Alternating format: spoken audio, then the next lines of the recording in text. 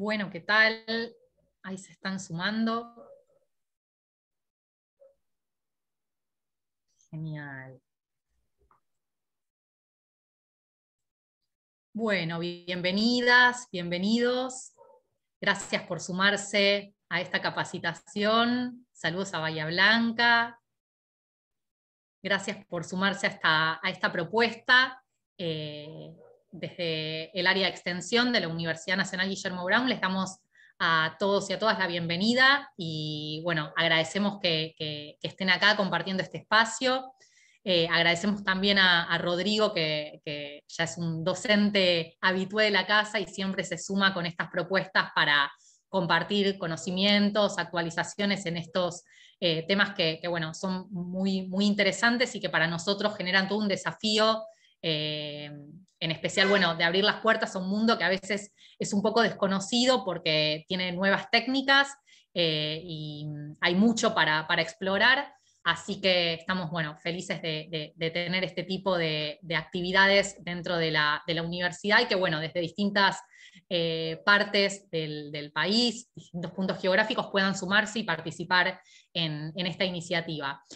Bueno, para los que no conocen a Rodrigo, Rodrigo es docente en geografía, en ciencias sociales, es informático especialista justamente en nuevas tecnologías y con nosotros, bueno, desde la universidad ha brindado talleres de extensión universitaria abiertos y gratuitos sobre todo lo que es programación y todo lo que es cartografía digital, mapping. La verdad que es un crack en este tema y nos encanta que, bueno, le sume valor a nuestras capacitaciones, en especial al área de extensión que ya lo tiene como un docente principal del staff. Y les cuento además que vamos a estar el día 20 de este mes, o sea, el próximo lunes, lanzando una serie de cursos también abiertos y gratuitos de capacitación de extensión universitaria que se pueden inscribir durante esa semana, que van a tener inicio el día 27.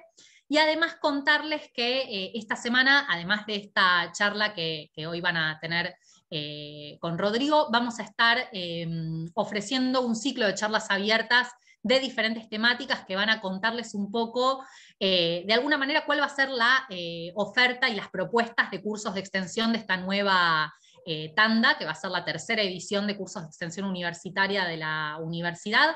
Así que bueno, invitamos a que de la misma forma que se inscribieron en esta, lo puedan hacer en las siguientes, es con el mismo formulario, les va a llegar el enlace también por mail. Así que bueno, si tienen ganas, invitamos a que participen y se sumen en todas estas propuestas que, bueno, además van a quedar grabadas en YouTube, las van a poder ver ahí en el caso de que no puedan estar en vivo y en directo, pero es importante que se sumen y que conozcan por ahí todas las propuestas. Sí, por supuesto, se dan certificados.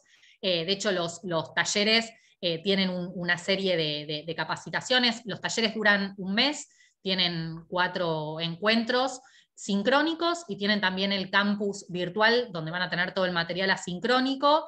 Van a recibir un certificado que lo emite la Universidad Nacional Guillermo Brown, así que está bueno que uno cuando significa el hecho de finalizar un ciclo de capacitación tenga un certificado para adjuntar al CV, para, bueno, que le quede constancia de que eso lo hizo, así que por supuesto se emite el certificado para que lo puedan tener con ustedes. Ese se les manda por mail una vez finalizada cada capacitación. Así que estén atentos a las redes sociales el día 20, que bueno, van a tener ahí toda la oferta de cursos y talleres, un montón de propuestas súper interesantes y lo más importante, que son todas gratuitas.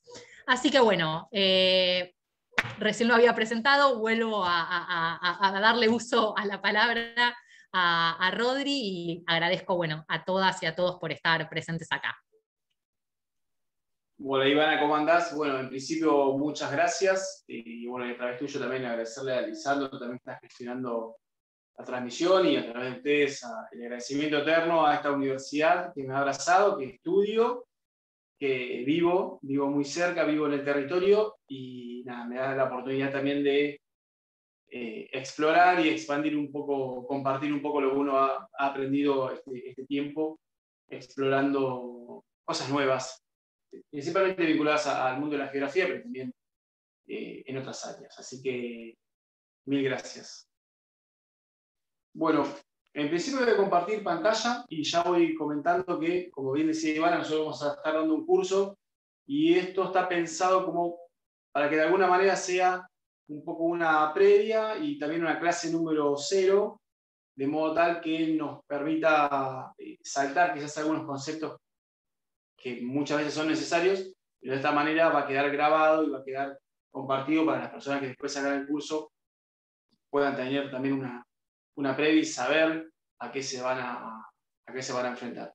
Lo que van a ver es que en la media hora, 40 minutos que vamos a estar juntos, al principio no voy a hablar mucho específicamente de la cartografía, sino una mirada más global de las ciencias y el contexto histórico que estamos viendo. Y después sí vamos a ir dando una última vuelta de rosca hacia la cartografía, que justamente vamos a hablar de OpenStreetMap, pero pensado en qué nosotros podemos hacer, no solamente como herramienta, sino como medio. Justamente una cosa que siempre lo hablo con todo el mundo, es que la tecnología, la nueva, la vieja, la tradicional o la que vendrá, nunca es el fin, siempre es el medio para algo.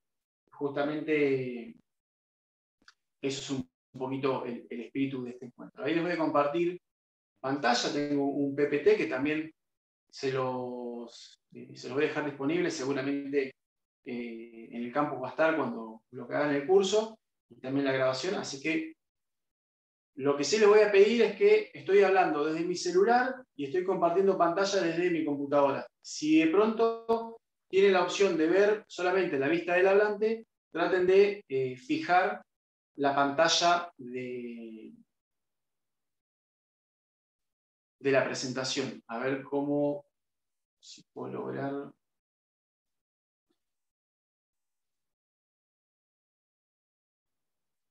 Bueno, ahí se ve bien, ¿no? Lizzy, creo que la podés fijar para todos. Si pones anclar, me parece que se puede fijar para todos. Arriba en los 3 puntitos.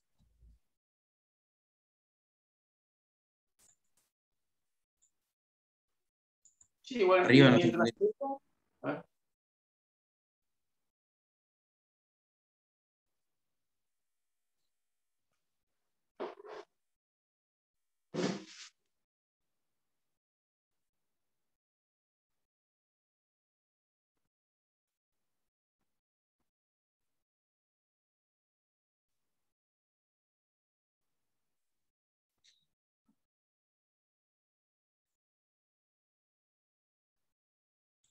Genial, buenísimo. Ahí dicen que se ve perfecto. Bueno, Bien, ok, buenísimo. ese buenísimo. Dale. Lo que me interesaba más es que quizás en el ida y venida de la voz se cambie justamente a la vista del hablante y que bueno, pierda un poco la visión de la presentación. Bueno, en principio, como les comentábamos, nosotros vamos a estar armando un curso nuevo, que justamente tiene este título, Mapas Digitales de Datos Abiertos, que incluye varios conceptos, no solamente lo que es la creación de datos, sino lo que tiene que ver con la cultura digital y justamente lo que son los datos abiertos o el Open Data, que hoy vamos a tratar de hablar un poquito de eso, un popurrí de todo lo que vamos a ver, pensado también en el contexto histórico en el que estamos viendo. En principio, lo que siempre digo, nosotros estamos viviendo un tiempo disruptivo, hoy por hoy. La verdad es que están cambiando muchísimas cosas de nuestras vidas, la forma en que pensamos, la forma en que aprendemos, la forma en que nos comunicamos. Está cambiando también la forma de producir. Y esto se da siempre en un contexto de cibercultura o cultura digital, donde obviamente que quizás la gran herramienta de esto es Internet. Bueno, en el concepto de cibercultura, entendiendo la cultura como un conjunto de valores, un conjunto de normas, un conjunto de símbolos que hacen e identifican a una sociedad, justamente nuestra cibercultura, y para justamente explicar el trabajo que vamos a ver, yo utilizo estos 3 conceptos, estas 3 características de la cibercultura. En principio, como nunca antes en nuestra historia, tenemos la posibilidad de acceder a grandes volúmenes de información, y como bien lo muestra la primera imagen, están al alcance de la mano, están al alcance de un clic. Todo lo que podemos hacer es no solamente comunicarnos, podemos generar dinero, podemos trabajar, y podemos hacer un montón de cosas en este contexto y de forma muy fácil. Con un clic podemos meternos en ese ciberespacio que nos conecta a todos. Y por otro lado, no solamente que tenemos disponibilidad de ese contenido, sino que nosotros somos generadores de contenido, esto es lo que se conoce como prosumidores, personas que consumen y producen información. Acá en la segunda imagen van a ver redes sociales, pero también piensen en las revistas digitales, en los blogs. Recuerdo hace muchos años cuando hacía mis primeras páginas web totalmente explorativas, era un infierno si no sabías. Hoy por hoy con estas páginas nuevas, WordPress, Wix, es muy fácil crear una revista digital, es decir, está constantemente, esa posibilidad la tenemos. Y una tercera característica, que no es siempre la más consciente de todas, pero esta es muy importante, es que nosotros también somos un producto. Cada cosa que nosotros hacemos en Internet deja un rastro. Y esa información se vuelca en una base de datos o va a parar en algún lugar. Yo no sé si alguna vez se preguntaron por qué se descarga un juego como Angry Birds, y Angry Birds necesita acceso a tu ubicación, a tus contactos, a tus llamadas, a tus fotos. Bueno, justamente porque nosotros somos un producto en ese contexto.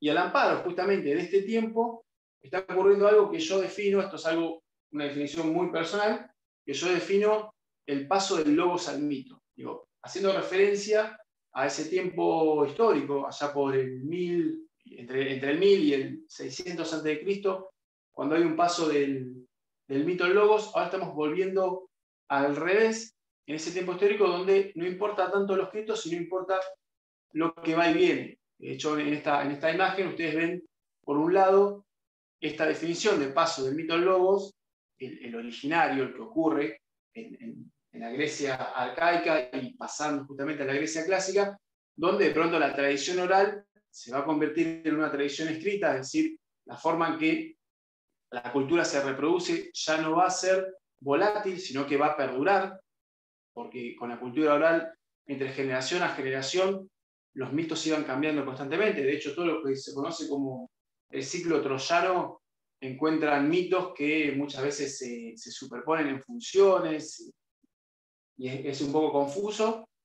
Y esto es tan importante, fíjense ahí en la imagen, tenemos el mito de Aquiles, que cuántas veces hemos dicho nosotros, tal cosa es mi talón de Aquiles, ¿no? El dulce de leche es mi talón de Aquiles. No, justamente hace referencia a un mito griego de justamente uno de los personajes de la Ilíada. Cuando avanza la cultura escrita, vamos a convertir en el logos, en el estudio, en el saber, en la ciencia, y va a aparecer justamente lo que es la Grecia clásica. Ahí tenemos ahí la imagen de algunos filósofos, principalmente Sócrates, Platón y Aristóteles, pero también algunos presocráticos también, que nos hacen una idea de ese fenómeno que ocurrió y que hasta hace muy poquito tiempo, diría que hasta hace muy pocos años, era como la ley magna. Todo lo que está escrito, todo lo que sabemos es así y no se discute. Inclusive pasan los años y seguimos justamente volviendo a estas figuras y todas las que vinieron después, ¿no? Pero en el paso del logos al mito tenemos justamente algunas características que llaman un poquito la atención y que hacen a la ciencia y al conocimiento también. Ya sea cartográfico, ya sea médico, ya sea filosófico, hacen a la cultura en la que vivimos. En ese paso del logos al mito, yo tomé estos 3 ejemplos como para que nos hagamos una idea.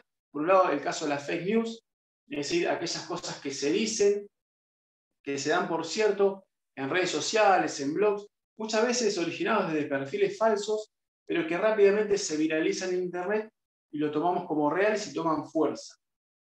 Y por otro lado, en la segunda imagen vemos un grupo del movimiento terraplanista. Esto es un encuentro en Colón, en Buenos Aires, ya hace algunos años, donde justamente se agrupan personas que de alguna manera representan, yo los puse acá no con la idea de exponer a las personas, sino digo, pensando cómo hay también movimientos anticientíficos, así como tenemos las fake news, casi una parodia de lo que son las falacias tomadas como reales, pero tenemos también movimientos anticientíficos que muchas veces son riesgosos para la salud, como el tercero, por ejemplo, que no solamente reviste cierta idea anticientífica, sino también metafísica, ¿no? Cuando un obispo muy importante de España dice que bueno, no hay que vacunarse porque las vacunas tienen fetos abortados y es obra del diablo. Y esto no se encuentra de ninguna religión.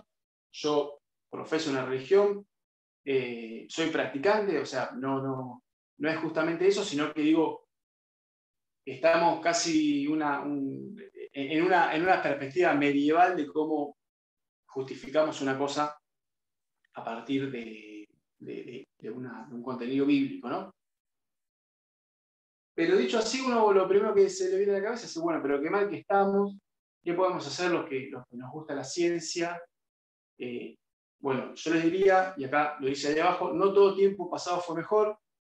Ahora vamos a hacer un recorrido histórico rapidito sobre cómo se pensó el saber y las ciencias a través de los tiempos para ver que, si bien estamos en un mar de dudas, por decirlo de alguna manera, en un momento donde la cantidad de información que está al alcance de la mano nos hace un poquito perder el hilo y nos hace sentir muchas veces perdidos, hasta en mi caso particular, dudar de un montón de cosas, justamente tenemos posibilidad de hacer otras. Y a eso voy con el concepto de horizonte de la cartografía en este contexto mismo que estamos viendo.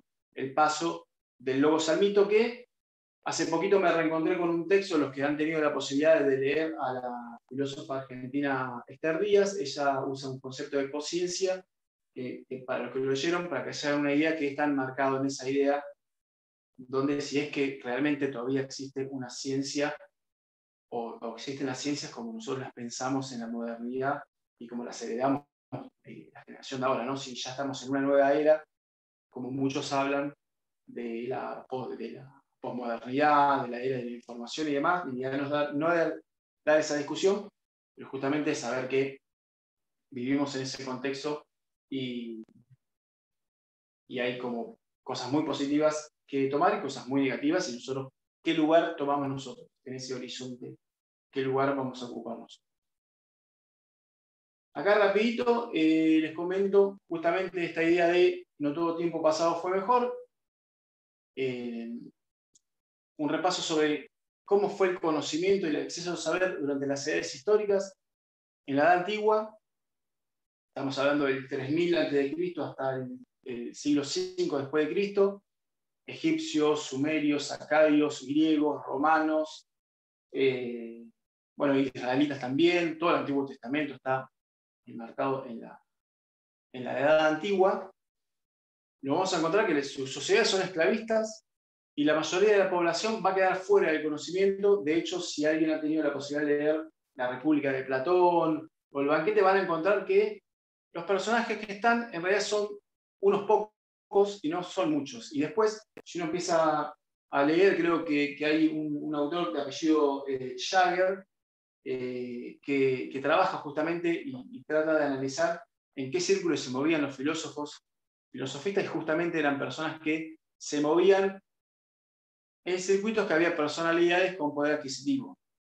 Es decir, había un montón de personas que quedaban fuera del acceso al saber y a la creación de conocimiento en una época tan rica y tan linda como es el periodo helénico, el periodo poshelénico, el helenismo, el periodo romano, muy ricos para nuestro conocimiento. Sepan que en el siglo II, si no es en el siglo II, en el siglo III a.C., Eratóstenes confirma que el mundo es redondo, de una forma esférica, y además calcula su radio con una precisión increíble. Creo que le erra por un 0,3% a algo que uno dice no es fácil de calcular. Y después, cuando pasamos a la Edad Media, ya entre el siglo V después de Cristo y el siglo XV, nos vamos a encontrar que justamente el acceso al saber va a estar totalmente vedado, no solamente porque mucha gente va a quedar afuera de poder acceder a las Sagradas Escrituras, sino que justamente el oscurantismo va a pasar por encima de cualquier práctica científica que va a ser considerada herejías, y asimismo, inclusive van a aparecer también en el siglo XII, siglo XIII, aparecen las primeras universidades y tenemos estudios clericales, pero siempre al amparo de lo que es el conocimiento a base de las Sagradas Escrituras. Lo que ocurre al fin de la Edad Media es increíble porque justamente acaba de ocurrir el encuentro de Europa con América, y hay un libro muy interesante de Edmundo Borman que se llama La Invención de América, y que es increíble y explica muy bien con fuentes fidedignas cómo para los europeos fue una piedra en el zapato encontrarse con América, porque rompía justamente con todo su sistema de creencias. Y por eso muchos consideran que la llegada del hombre europeo a América da lugar a una nueva era, que es la Edad Moderna. Y en la Edad Moderna vamos a tener ya el avance de las monarquías absolutas.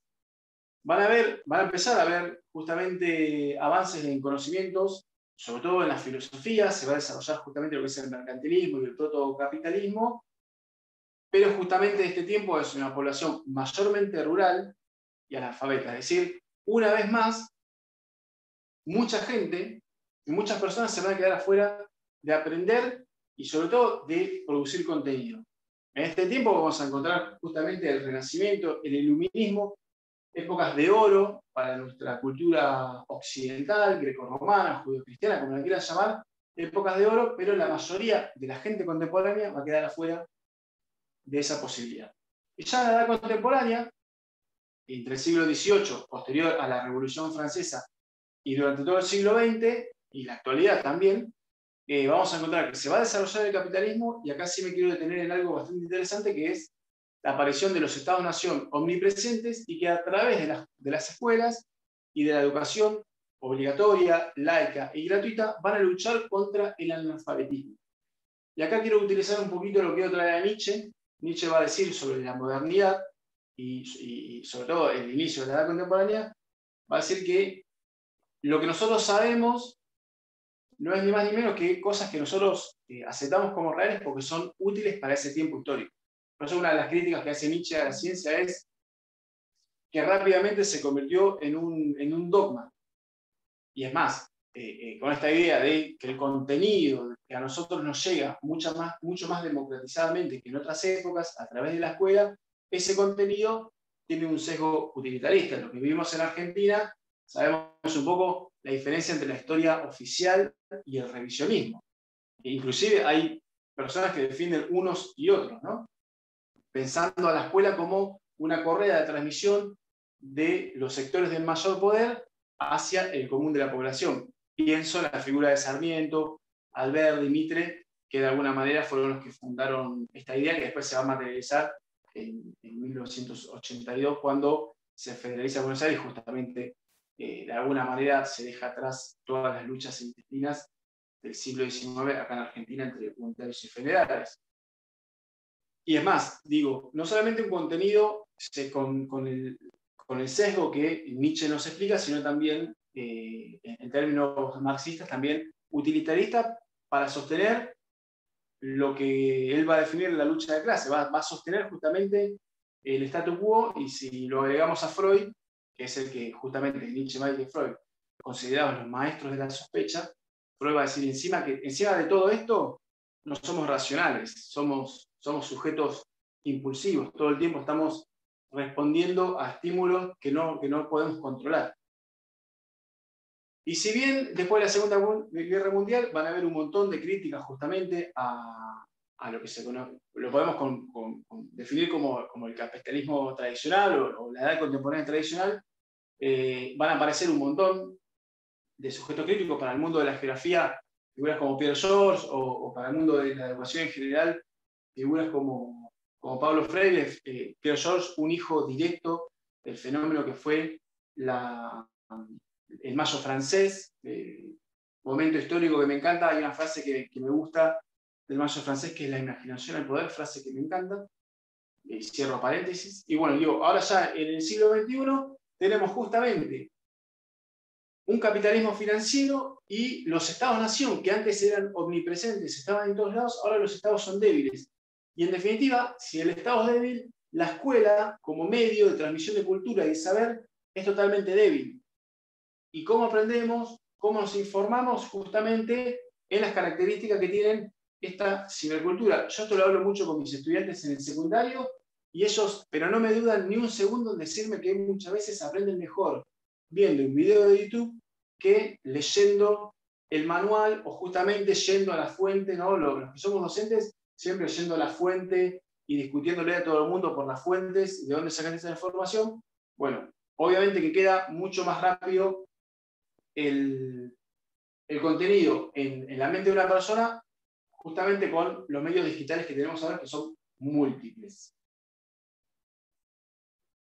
Y jugando un poco con la idea de estas tres características de la cibercultura, el acceso a la información, la posibilidad de crear contenido y el contenido, justamente la imagen hace referencia a la huella digital, que es un concepto mucho más amplio que decir que nosotros somos un producto también de información. Y en este contexto están apareciendo cosas muy, muy interesantes, y no ahora, sino ya hace bastante tiempo se están dando fenómenos sociales, educativos, científicos interesantes, y el que les traigo ahora tiene que ver con las wikis, ¿no? Uno habla de wiki, lo primero que se le viene a la cabeza es Wikipedia. Yo me acuerdo hace algunos años que Wikipedia era como muy maltratado. Justamente me acuerdo hace muchos años, creo que 2006, 2007, un artículo de Humberto Eco que él publica, creo que en el diario El País, casi una especie de pedido de disculpas porque había hecho un análisis de una determinada noticia a partir de información que había sacado en Wikipedia, pero que justamente Wikipedia la había, el contenido que había en Wikipedia era de dudosa procedencia. Una de las cosas que ha cambiado en Wikipedia en los últimos años es que hay cada vez más pasos para crear contenido, hay cada vez más conciencia de lo que es una enciclopedia libre, y el concepto wiki hace referencia a la posibilidad de crear un contenido rápido y sin mayores dificultades. Después de la Wikilibros, me acuerdo una página que era ESPA PDF, que te podías descargar un montón de libros, no sé si seguirá activa, pero había, digamos, la forma de popularizar acceso a cosas que pueden ocurrir. Y una de mis favoritas es las wikis de las series que ahora están ocurriendo entre los fans, como la de Los Simpsons, como la de The Walking Dead. Y bueno, yo como un buen lector de Sherlock Holmes también me ocurre algo bastante interesante con eso. Y justamente, ya metiéndonos en el mundo de la cartografía, les vengo a presentar esta plataforma que es OpenStreetMap. Antes de explicar bien qué es, y de alguna manera también explicar qué no es, les cuento un poquito la historia de cómo nace. En el 2004, un ingeniero informático de Inglaterra se acerca al Instituto Geográfico de su país para consultar algunos contenidos. Él estaba haciendo una investigación y se da cuenta que algo terrible, digamos, pensándolo en el contexto de cómo se maneja la información. Primero, que los datos que él quería, que eran datos propios, era de su comunidad, le salían muy caros. Y segundo, que no solamente no los hacía el Estado, sino que lo hacían empresas privadas. Entonces, lo que hace el ingeniero informático es crear una wiki cartográfica, donde cada persona, desde cualquier lugar del mundo, puede agregar información geográfica que tiene a su alcance, geográfica específicamente geoespacial, ¿no? Que tiene a su alcance y de forma fácil puede aportar lo que sabe hacia un mapa colaborativo mundial. Pero es mucho más que esto, mucho más que un mapa colaborativo, porque si no sería una especie de Google Maps, pero no es Google Maps, ni siquiera es una competencia de Google Maps. Esto es un error muy común, como que error que yo lo he cometido muchas veces. Definir como antagónicos OpenStreetMap y Google Maps. Porque OpenStreetMap es esencialmente una base de datos geoespaciales, es decir, no importa cuántos datos hayan, yo puedo extraer los datos que yo quiero. Y justamente esto está tan popularizado que empresas muy grandes como Amazon, Google y Bing, que es de Microsoft apoyan a esta plataforma, a esta fundación, ya está definida como una fundación, porque imagínense ser Amazon, donde los casi 8.000 millones de habitantes que somos en el mundo, primero nos miran como potenciales clientes, eso seguro. Y por otro lado, si somos potenciales clientes, obviamente, ¿qué le va a convenir más a Amazon que saber, para hacer las entregas y nuestros gustos y demás, saber bien el espacio en donde vive cada una de estas personas? Y bueno, eso es parte del juego que tiene que ver con la posibilidad de crear contenido. Pero ahora vamos a ver que no solamente tiene que ver un sentido económico. Google también trabaja con OpenStreetMap. De hecho, Google, teniendo su propia plataforma de mapeo, ha lanzado ya hace un tiempo una página que se llama Kepler.gl, que justamente es una especie de web mapping service, o una página de servicios geográficos, una especie de sistema de información geográfico más pequeño online, que nos permite visualizar datos de OpenStreetMap de una forma increíble. Bueno, y hay un montón de empresas que están apoyando a esto, y hay un montón de compañías por fuera, que ahora vamos a ver algunas, que de pronto, frente al fenómeno de OpenStreetMap, se encuentran que pueden ofrecer servicios geográficos específicos, interesantes, y que de pronto apoyan en este contexto de la cibercultura. Y volviendo otra vez a esas 3 características, digo, utilizarlo para hacer un mapa cartográfico del mundo a gran escala y con muchísima información. Acá les voy a mostrar cómo es el proceso de editar datos. Ahora yo igual les voy a mostrar mi navegador para que lo puedan ver. Lo que vemos arriba a la izquierda, calculo que lo verán como yo arriba a la izquierda, eso es el cuadro que está más verde, es el editor por defecto de OpenStreetMap. Ahora se lo voy a mostrar. El que ven abajo de ese mismo, que tiene un recuadro naranja superior, es un programa desarrollado en Java para OpenStreetMap, que es un editor. Es una especie de interfaz muy parecida a un sistema de información geográfico que me permite crear contenido hacia el mapa. Y después a la derecha están mis favoritos.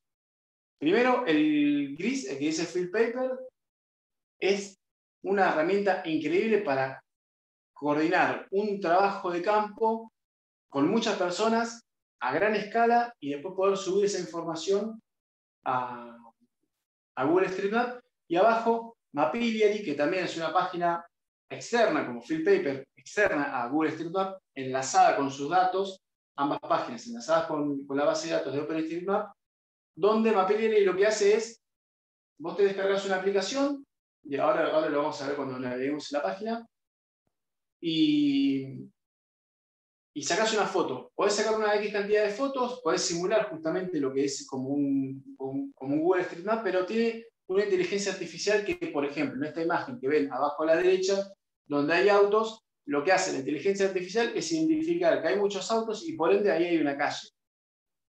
Entonces, va identificando que hay una calle, va a identificar que hay árboles, va a decir que hay vegetación, va a identificar los edificios, es decir, está súper, súper avanzado.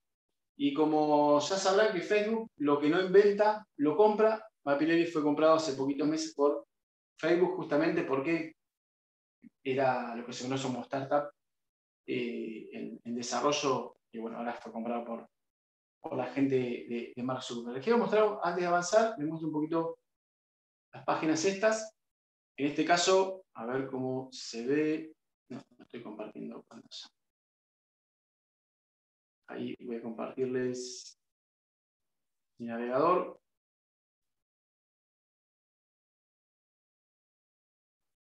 Bien. Acá estoy en mi navegador de internet. La página es OpenStreetMap. Esto es lo que nosotros vemos cuando ingresamos. Yo estaba justamente... Yo en este momento estoy acá porque la verdad que no me dio el tiempo de ir a casa. Estoy transmitiendo desde mi oficina, del trabajo. Y yo estoy en este lugar. Todas estas cositas que ven acá, lo fui agregando yo porque es mi espacio de trabajo, son lugares donde yo estoy vinculado día a día, pero antes esto estaba todo en blanco. Entonces, acá tengo un botoncito que dice editar, yo edito, y me da la interfaz con una imagen satelital. A ver, esperemos que me acompañe internet. Justamente me da una imagen satelital, pero fíjense que no está todo cartografiado. Hay cosas que no están cartografiadas. Por ejemplo, acá tenemos la granja municipal de Almirante Brown, donde tengo algunas cositas que están cartografiadas, como la laguna, que es una laguna artificial. Tengo, este también lo hice yo, es un establo para caballos. Este también es un edificio, creo que es para porcinos. Después tengo algunas cositas más para cartografiar. Por ejemplo, podría tratar de cartografiar el tipo de vegetación que se está trabajando. Acá hay una huella de camino en la entrada donde yo puedo cartografiar qué especie de vegetación podría ser, las oficinas y demás. Y también, otra cosa que estuve trabajando son en las plazas. Traté de identificar justamente las plazas en las cercanías donde yo vivo, que es un poquito más para acá. Ahora yo les muestro a ver. Bien. Esta es la futura sede de la universidad. Fíjense el lindo trabajo, que esto es algo que me gustaría hacer en algún momento, con algo que les voy a mostrar ahora.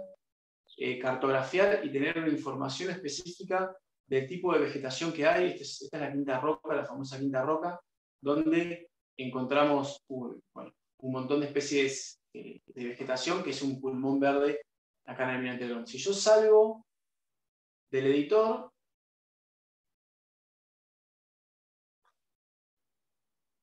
quiero salir del editor, a ver si... Ahí va. Salgo del editor, me moví un poquito, pero voy justamente a donde estaba la Quinta Roca. Y fíjense que en realidad no está nada cartografiada. Tengo una huella, bien, está identificada, pero ni siquiera está cartografiada, no me dice ni de qué es. Me dice el casco de la Quinta Roca, que encima lo cartografié yo. Por acá en la imagen satelital había algo para cartografiar, y esto es información que yo puedo subir. Digo, hasta ahora, nada, es como, hasta ahora se lo estoy mostrando como si esto se tratara de un simple divertimento, que para mí lo es, pero es mucho más que eso cuando veamos otras cositas. Field papers. Yo les comentaba justamente los field papers, o sea, los trabajos de campo. Imagínense que yo quiero cartografiar esto, ¿no? Yo les decía, bueno, vamos a cartografiar la vegetación. Yo preparo, inclusive lo voy a hacer directamente acá, a ver si creo que tengo justamente... Lo que hace Field Paper es, trabajando con el mapa de OpenStreetMap, me permite a mí una determinada área. Por ejemplo, vamos a ir a la granja. Además, si son de por acá, les recomiendo visitar porque es lindísima. Y a la granja dividirla en una cantidad de cuadrículas, de modo tal que yo pueda tener un equipo de trabajo.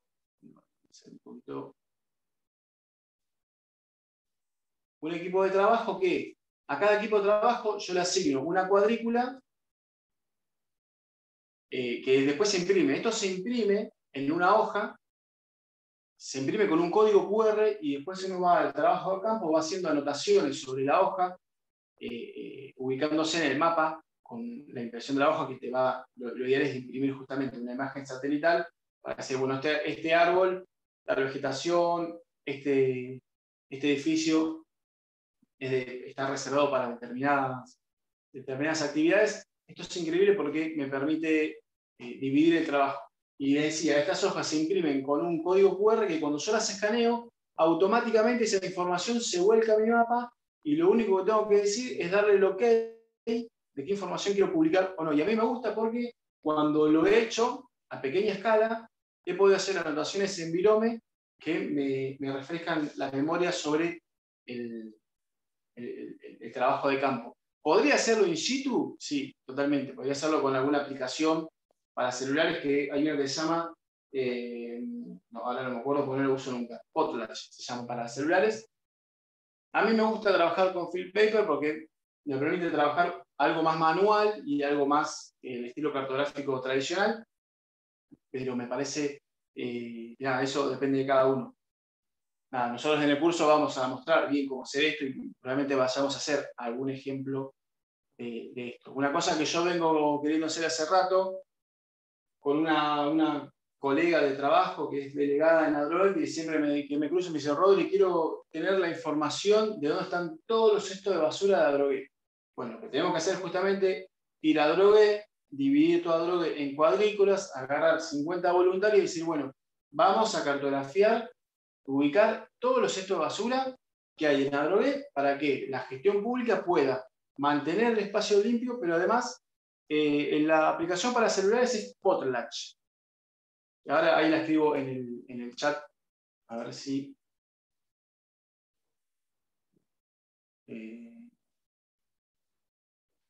yo no la usé nunca igual, ¿eh? Yo no... Me gusta usar... me gusta usar... me gusta estar ahí, en el campo de trabajo, con los pies en el barro, porque me parece lindo. Y aparte me permite también un trabajo de postproducción que me permite sembrar dudas para volver al campo de trabajo y mejorar. A veces lo que pasa es que con el celular es tan rápido que es como simplemente subir información, como por ejemplo podría ser con Mapillary, que ahora lo vamos a ver. Bueno, este es un ejemplo, nosotros después lo vamos a ver cómo trabajarlo bien en profundidad. El otro que les mostraba, que era uno de mis favoritos, Mapillary. Mapillary es justamente esto. Lo que te permite hacer es, después solo les hago llegar por email los enlaces, inclusive en la presentación. Lo que hace es, yo me bajo una aplicación, le puedo decir, mira, cada 5 segundos sacamos una foto, esa aplicación saca la foto, pero además la guarda con una coordenada geográfica y hace exactamente lo que están viendo en el video. La cuelgo en un auto, la cuelgo en un colectivo, en una bicicleta, y esa se está cartografiando automáticamente. Y se cartografía con imágenes, como esta que ven acá, donde, fíjense lo que está mostrando la vista previa de la imagen, como con fotos segundo a segundo, te va haciendo una especie de Google Street Map, pero de datos abiertos. Y lo bueno, vuelvo a decir, Mapillary, lo que hace es que la inteligencia artificial reconoce los elementos, semáforos, árboles, edificios, veredas, calles, y lo sube automáticamente. Lo único que después hay que hacer es validarlo, que ahora se los voy a mostrar también. Y acá nos muestra un poquito de las cosas que podemos utilizar. Digo, yo siempre me defino como un divulgador científico low cost, así que obviamente que mi mejor herramienta será un celular, pero también podrían ser otro tipo de herramientas de mayor presupuesto, como por ejemplo las cámaras GoPro, que también guardan fotos con datos GPS y demás, se puede hacer. Y por ejemplo, acá te dice, ¿no? Dejar que un poco la computadora reconozca. Por ejemplo, acá vemos un mapa base, donde tenemos diferentes iconos de la iconografía de OpenStreetMap. Pero en la foto, fíjense que acá tengo un palo de luz y lo primero que me va a preguntar, ¿eso es un palo de luz? Sí, bueno, cuando le doy el OK, ya se va subiendo a la base de datos de OpenStreetMap. Y lo mismo que acá, un cartel de tránsito, y justamente me preguntan, ¿no? La inteligencia artificial, después de analizar la foto, me dice, ¿eso es una imagen de tránsito? Sí, bueno, dale. Entonces ya la vuelca a la base de datos de OpenStreetMap en cuestión de minutos. Y después, bueno, acá habla justamente con el concepto de colaboración, que la colaboración siempre da resultados positivos, y no mucho más que eso en este sentido para trabajar. Hasta ahora les mostré formas de mapear,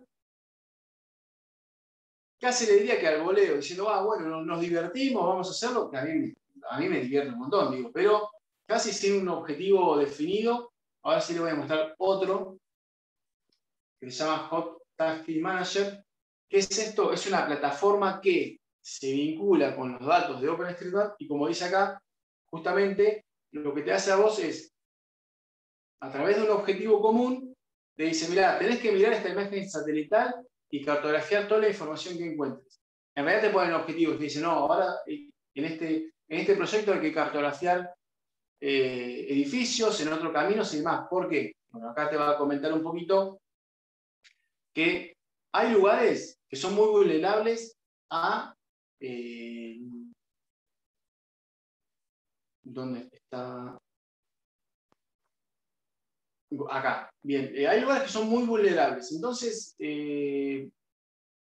por distintas razones no tienen bien desarrollada la cartografía de ciertos lugares. Y frente a una catástrofe, frente a un problema, la ayuda humanitaria no va a llegar a esos lugares si no conoce el camino.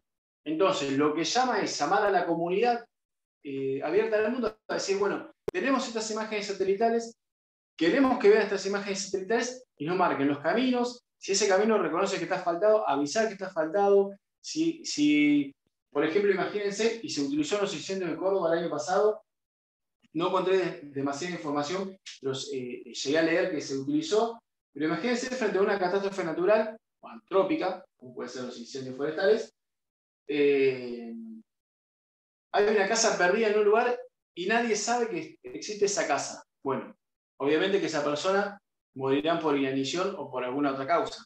Bueno, ¿qué pasa? Y esto funcionó muy bien en el último terremoto de Haití, que bueno, hace poco hubo otro, pero en el terremoto de Haití, que fue en 2009, 2010 me parece, se utilizó muchísimo porque justamente Haití es un país, lamentablemente, escasamente desarrollado, no tenía justamente la información cartográfica disponible como para que la ayuda humanitaria pueda llegar, y se llamó a la comunidad para que puedan colaborar de esta manera. Ahora les voy a poner un ejemplo, pero justamente les quería leer algo de lo que está acá. Pero acá hablan un poquito de quiénes usan los mapas, por ejemplo, Cruz Roja, bueno, nada, el Banco Mundial, usan estos datos justamente para tratar de ubicar en el espacio lugares donde se tendría que ir justamente a mapear y donde se necesita información. En principio hay un proceso de mapeado, que lo podemos hacer cualquiera. Después alguien lo valida, son los editores de los proyectos, y después cuando están validados se suben los datos y se utilizan justamente para plantear respuestas a desastres y otras actividades para salvar vidas. Acá voy a explorar algún proyecto. A todo esto una cosa que no les dije, todas estas páginas están vinculadas con el mismo usuario que vos tenés en OpenStreetMap. Acá tenemos distintos proyectos, fíjense acá tengo, bueno, de distintos lados del mundo, Senegal,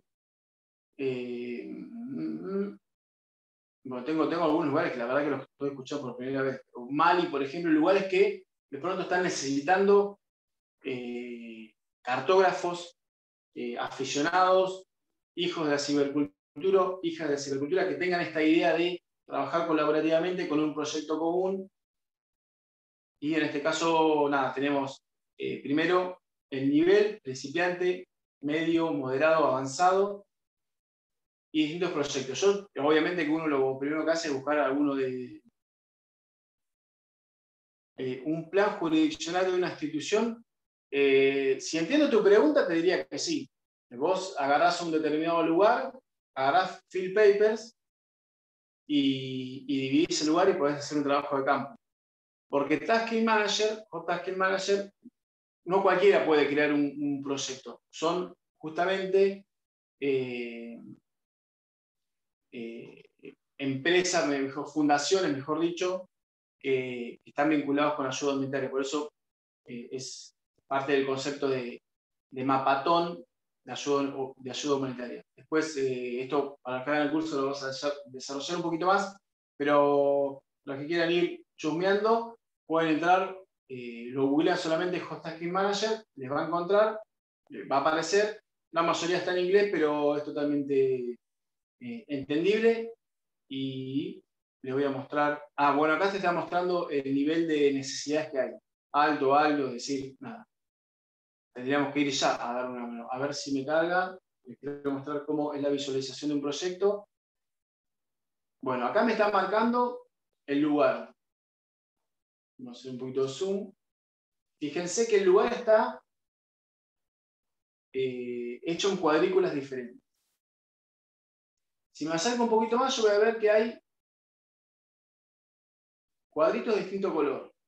Cada color indica una característica. Acá no tengo justamente qué característica, pero, por ejemplo, a ver si se puedo ver un poquito más en detalle.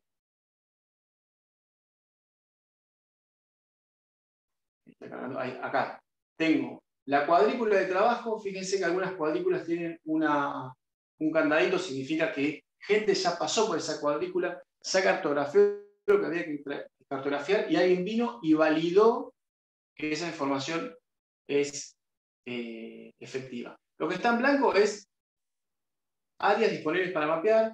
Lo que está en celeste, áreas que son mapeadas pero están esperando que alguien las valide. No cualquiera puede validar. Unas en amarillo cuando alguien, por ejemplo, yo, y esto se lo recomiendo mucho, uno trabaja sobre una cuadrícula y no dice, bueno, ya está, ya terminé. Deja como diciendo, bueno, lo dejo en stand-by, así otra persona puede seguir trabajando y puede llegar a ver algo que a mí se pudo pasar por ahí. Los verdes están terminados, es decir, se cartografiaron, se validaron, listo. No disponibles y áreas prioritarias cuando, por ejemplo, tenemos un caso particular. Imagínense, tenía algo en el chat. Imagínense, no, voy a poner un ejemplo que probablemente no sea así. Digo, en esto que está pasando en Afganistán, la gente que estaba exiliándose del país. Digo, si hay un grupo de ayuda humanitaria que quiere ingresar al país para extraer a esas personas, en un país que no tiene desarrollado la cartografía y que además probablemente no, por cuestiones bélicas, cortan internet y demás, estos datos, al estar en OpenStreetMap, gracias a que hay un montón de gente que está cartografiando los caminos, dónde están las casas, montañas, vegetación, espejos de agua, te los descargas como información, te los cargas en un GPS y te olvidas de necesitar internet. Por eso es muy importante este trabajo de Host Traffic Manager, que como verán hay un montón de proyectos para trabajar. Y vine para atrás y les quería mostrar cómo era la vista de cada uno. Ahora voy a entrar en uno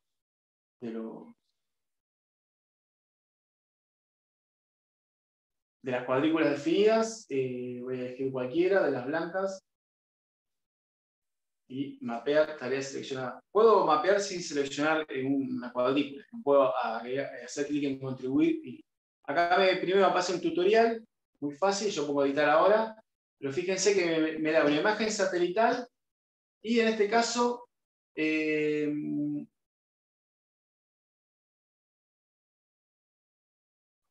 lo que estoy viendo es que están mapeando caminos. Es necesario mapear caminos. Entonces, justamente acá ya hay trabajos.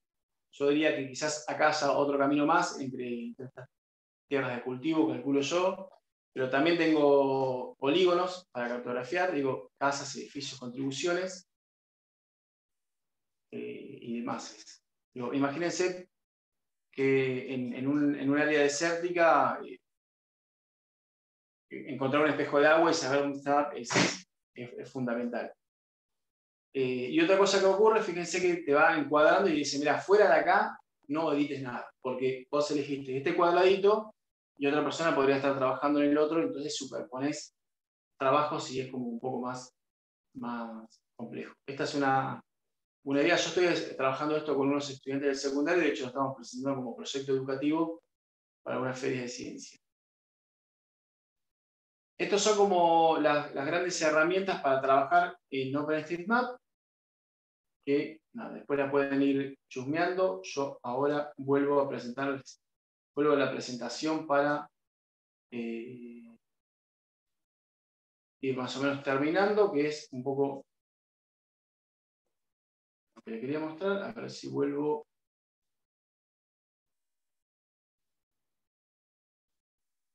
A mostrar la presentación, que ya no falta tanto.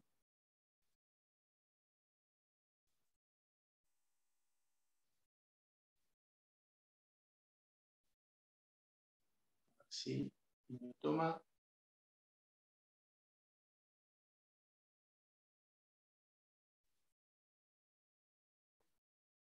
Bien. Estos son los que estuvimos recorriendo. Vimos Mappedia, vimos Field Paper, vimos el editor tradicional. Justamente yo lo que les hablaba del mapatón, es decir, organizarnos todos para jugar a una maratón, pero de mapas, para conocer mejor el espacio. Esto lo he visto una idea muy kantiana, digo, el filósofo Immanuel Kant decía que, y además nos presenta un giro copernicano en lo que es la ciencia, donde las cosas ya no importan por los atributos que tienen los objetos, que esto lo heredamos de Platón y de Aristóteles, que las cosas tienen una esencia, sino que es el sujeto el que determina el lugar, ¿no? El mundo, el planeta, es lo que vemos, nos entra por los sentidos, como bien dice Kant, pero además es lo que hacemos de él y lo que interpretamos de él. Y esta es una buena forma de interpretar el mundo. Bueno, esto es lo que les mostraba recién, justamente Tasking Manager, después está Missing Maps, que es más o menos parecido, va por el mismo camino. Y una de las cosas más importantes de esto es que, imagínense que estamos volcando información geográfica un montón de personas al mapa, y obviamente que va a llegar un momento que es mucha información, porque justamente OpenStreetMap no es un mapa colaborativo y público. En cierta medida lo es, pero no solamente eso. Lo importante es que yo puedo extraer los datos y trabajarlos específicamente. De hecho, van a ver, si alguien después quiere visitar OpenStreetMap y mirar, van a ver que en ciertos lugares, sobre todo los urbanos y sobre todo Europa, Estados Unidos, México, Perú, van a encontrar que están recontra comprimida la información, porque hay tanta información y están, algo que yo siempre hablo con la gente, digo, nosotros vivimos alienados totalmente del espacio, no tenemos ni la menor idea del suelo que pisamos, ni de lo que estamos haciendo, por eso hacemos lo que hacemos con el mundo, pero hay otros países u otras sociedades están como más vinculadas al espacio por desarrollo de información y demás. Digo, hay lugares que hay más desarrollo en OpenStreetMap que otras, pero cuando uno va a esos lugares, te encontrás que hay un montón de información. Por eso lo importante es sumar información en el contexto de la cibercultura, pero justamente nosotros poder extraer esa información y ahí es donde cambia todo. Porque uno digo, bueno, somos uno más del montón, generando contenido. Sí, lo voy a pasar al link. Somos un montón generando contenido, pero ¿qué hacemos con ese contenido? Bueno, justamente tiene que ver con la minería de datos, que también esto lo vamos a ver en el curso que vamos a estar abriendo la inscripción. Creo que Ivana dijo el 20, ahora lo chequeamos, yo estaré informando por email, pero justamente en 4 clases vamos a ver todo esto en profundidad, como para que se lleven una buena experiencia y lo puedan aplicar principalmente. Para cerrar, justamente una frase de Eduardo Galeano que me encanta y que tiene esta idea de, en el concepto de nosotros nos podemos a pensar cuál es el horizonte de la cartografía en este contexto, personalmente y sin caer en un cliché, que podemos hacer un mundo mejor.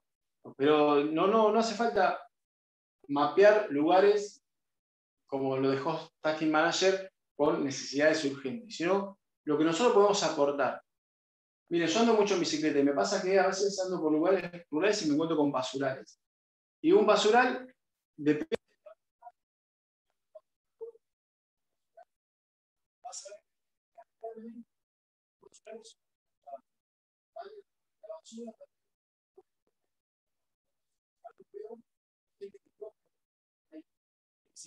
espacio y cada persona tiene una mirada. Sobre qué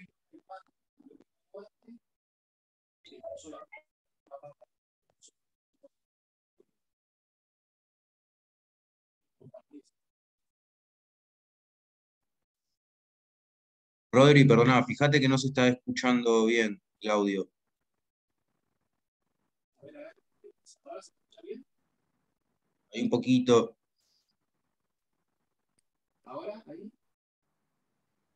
un poquito más, pero no se llega. ¿Se me escucha bajo o Se escucha muy bajo. No escucho. Ya está.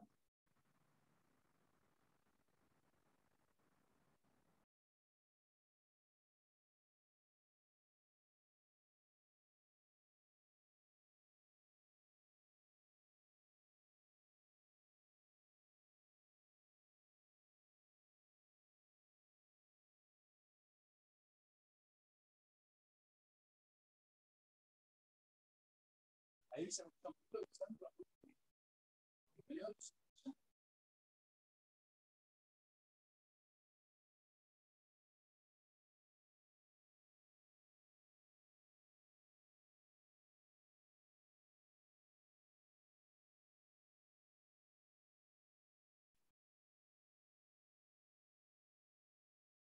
Hola, hola.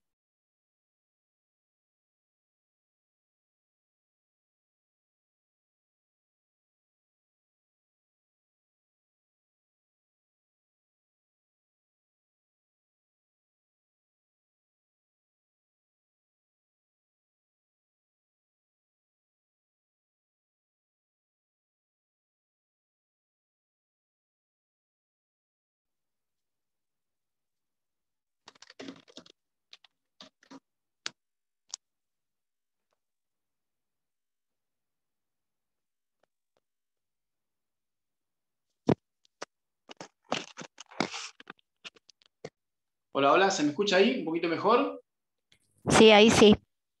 Bien, bien, porque me entró una llamada y justamente tenía ese problemita. Bueno, ya estábamos terminando igual. Más o menos llegamos a ver cuál es lo último que vimos en la presentación. Lo de la minería de datos, ¿se escuchó bien?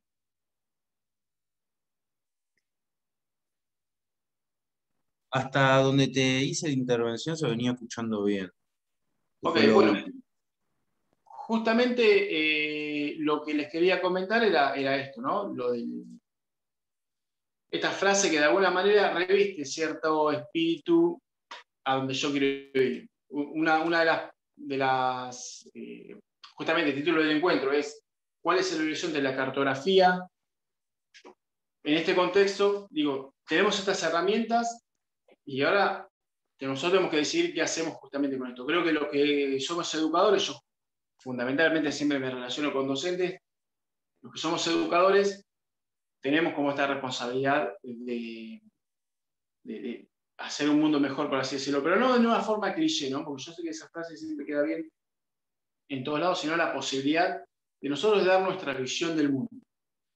Y la verdad que después no va a poder, uno no puede querer lo que desconoce. Justamente esta herramienta OpenStreetMap nos permite, como nunca en ningún momento de nuestra historia, poder generar contenido, poder tener acceso a información y esto es algo que, si bien muchas veces se critica mucho el tiempo histórico que estamos viviendo, con la gran cantidad de información, fake news y un montón de cosas que no vamos a encontrar, están ocurriendo cosas muy importantes en el campo de la ciencia en general y sobre todo de la geografía y la cartografía, que esto es una parte nada más. El curso va a ser esto nada más, vamos a estudiar todo esto, pero solamente una parte de la gran cantidad de, de cosas que se pueden hacer y que están haciendo y que se están produciendo día a día en el mundo de la cartografía digital. Así que, dicho esto, espero haberle dejado sembrado una semillita como para motivarlos a que en algún momento, prontamente, cuando le hacemos la inscripción, puedan sumarse al curso y, bueno, justamente también ustedes se conviertan en creadores de contenido, en cartógrafos aficionados, como lo soy yo, que soy profesor de geografía. Bueno, gracias Denise, por tus palabras. Bueno, hasta ahí sería un poco la charla y la presentación de lo que sería estas declaraciones de principio.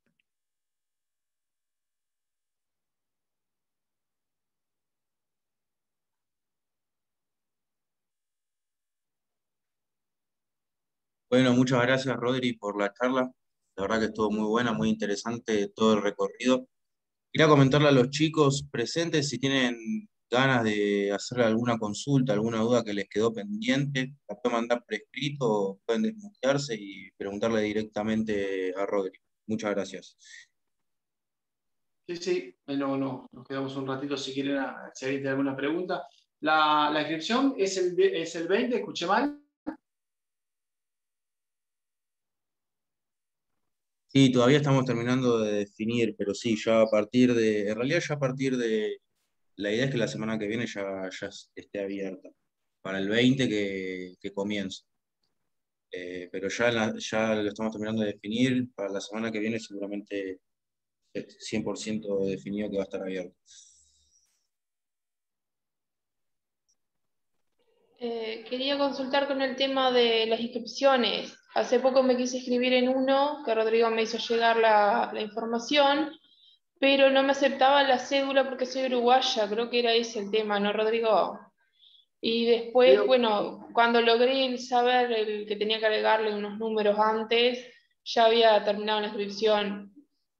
Pero está bueno para avisarle a los demás compañeros, que veo que hay más compañeros de acá de Cerro Largo, y avisarles que cuando pongamos la cédula, como tenemos menos caracteres, tenemos que agregarle, creo que eran 9 al inicio, ¿no, Rodrigo?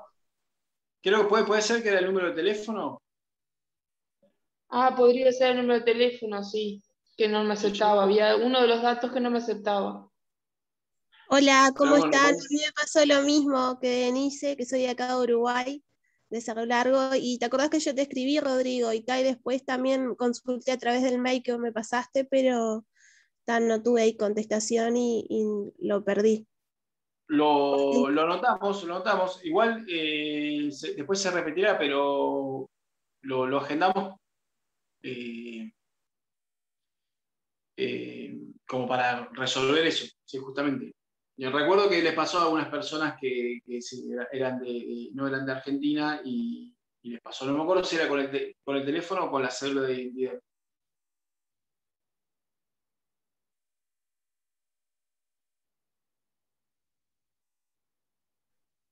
Sí, tampoco recuerdo si era la cédula o el teléfono. Sé que fue uno de los datos que no me aceptaba. Me decía que tenía que tener tantos caracteres y no, nosotros no tenemos tantos. Bueno, me retiro, Rodrigo. Excelente como siempre. Nos vemos en una próxima instancia. Entro a Gracias, clase en Denise. unos minutos. Que pasen bien. Adiós, gracias, Denise.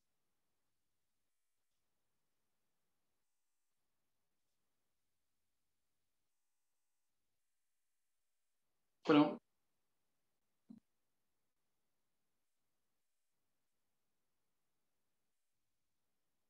así la primera preguntita.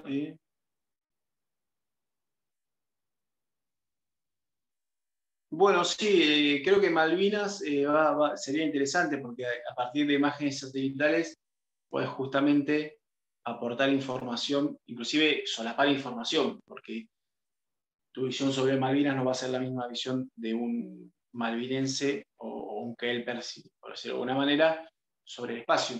Está bueno como discusión filosófica, política, está bueno. Y esto te va a permitir a vos aportar muchas cosas a partir de imágenes satelitales y de la información que, que ya existe.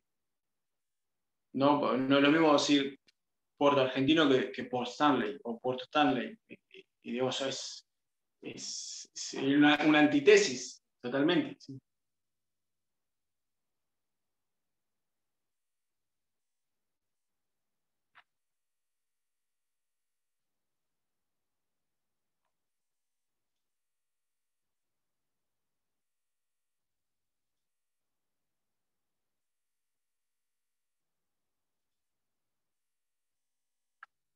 Bueno, si hay ninguna preguntita, Lisandro, ¿ves algo en el chat?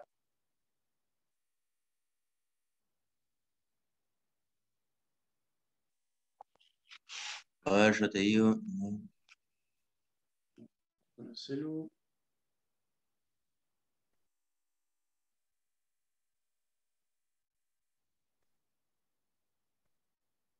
No, puntuales por la charla no.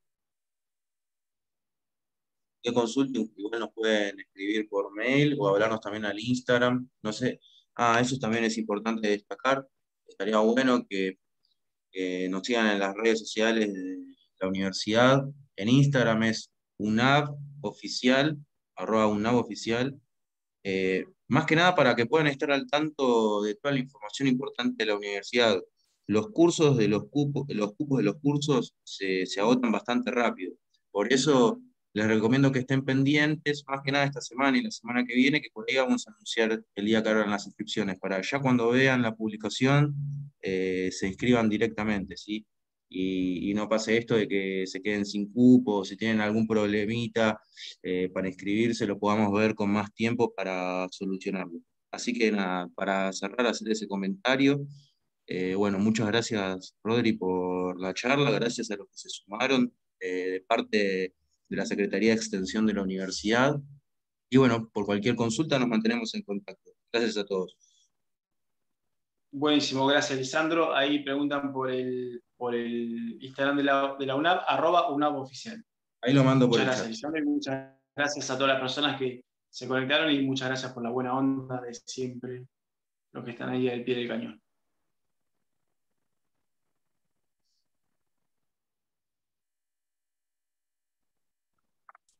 Muchas gracias, ¿eh? Nos vemos.